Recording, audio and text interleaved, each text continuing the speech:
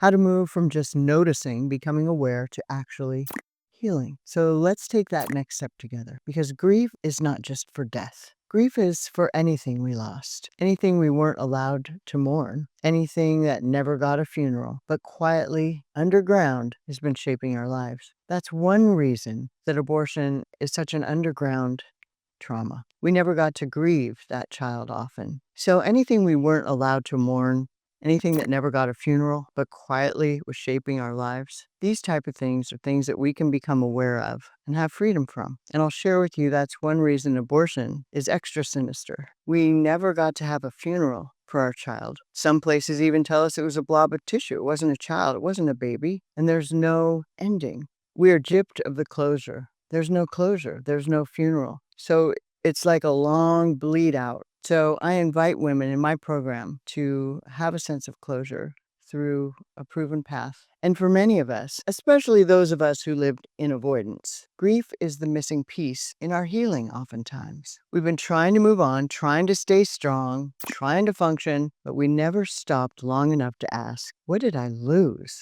What part of me never got to cry? Because grief is not weakness. It's not self-pity, and it's not something to get over, right? Grief is a necessary companion in recovery because you can't heal what you won't let yourself feel and mourn. Maybe you're grieving a version of yourself who didn't get to exist. The carefree woman before the heartbreak or before the trauma, the carefree woman in college, in my case, before the abortion. Maybe you're grieving the relationship you thought you'd have with that child, or the childhood you didn't get to discover with your baby, or the childhood of your child you didn't get to witness. Or maybe you're grieving the silence, the years you spent keeping the secret of your abortion, or the emotional energy you spent trying to be okay, or the way your own heart got left behind.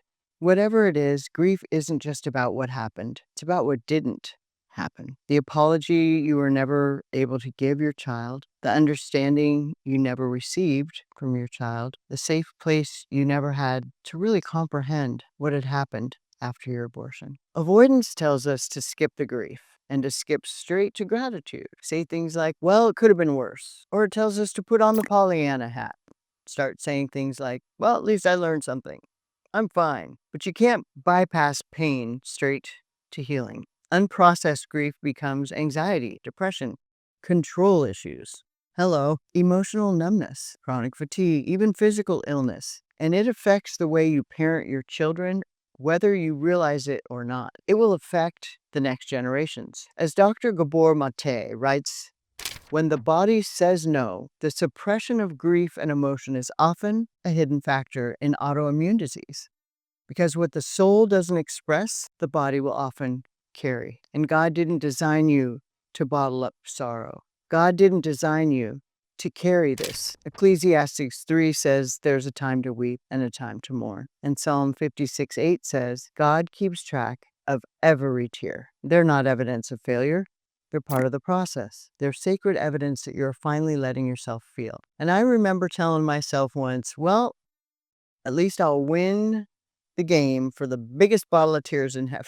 And I know there are a lot of people that have cried more than me. I remembered one client of mine I worked with, we'll call her Alina. And for years, she avoided her emotions with addiction. She poured herself into strategies that were not helpful with smoking and drinking. And then when she got past that, she went into caregiving. When she finally slowed down, after working with old people and getting a little more present in her life, she told me, I felt for years like something was stuck in my chest, like a sob that's been sitting there for years. And I asked her, what do you think that sob was trying to say? And she broke. She said, I missed that baby I never got to hold. In her case, grief was her doorway back to being present, and back to starting to experience on life's terms. And for women who've experienced abortion, this is especially tender because the grief is complicated. You know, it doesn't always feel linear. It can be layered, and loss mixed with shame and regret,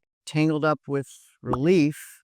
And then the world tells you that grief is inappropriate because there was nothing to grieve, and then it goes underground. But that grief that is hidden doesn't disappear. It just becomes heavier and quieter. And oftentimes it's not evident that these symptoms of grief and the things that we're shoving down have anything to do with the abortion decision. So if you've never let yourself grieve your abortion, your identity shift, your lost innocence, or the story you thought your life would follow, this may be the most important part of your healing. And you don't have to grieve with words. You can grieve with movement. You can grieve with stillness. You can grieve with a tear you don't wipe away, with a journal page you don't rip out, or a journal page you burn, or with a whispered prayer that says, God, I don't know what to do.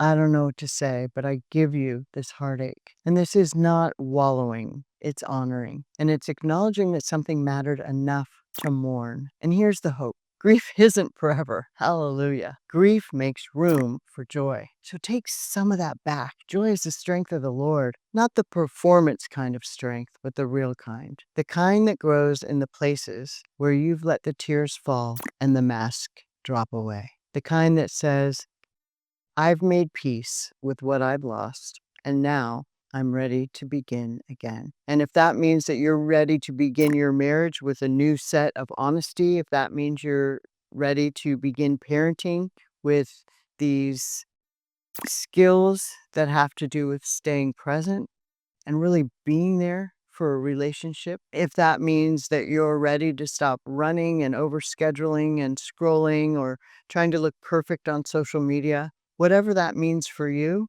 I believe that this is your moment to take yourself back. So stop this video, sit with yourself for a minute. I'm still here. And hopefully you stop that video for a minute, or at least let yourself sit in those 10 seconds of silence. Because grief is not the end of healing. It can be the beginning of wholeness. And wholeness is what I want for you. Next, we're going to talk about what it means to be truly reconnected with yourself after all the avoidance, all the performing and surviving, right? And how to start coming back, not to who you were, but who you're becoming. Thanks so much for joining us today. I hope this has been useful to you.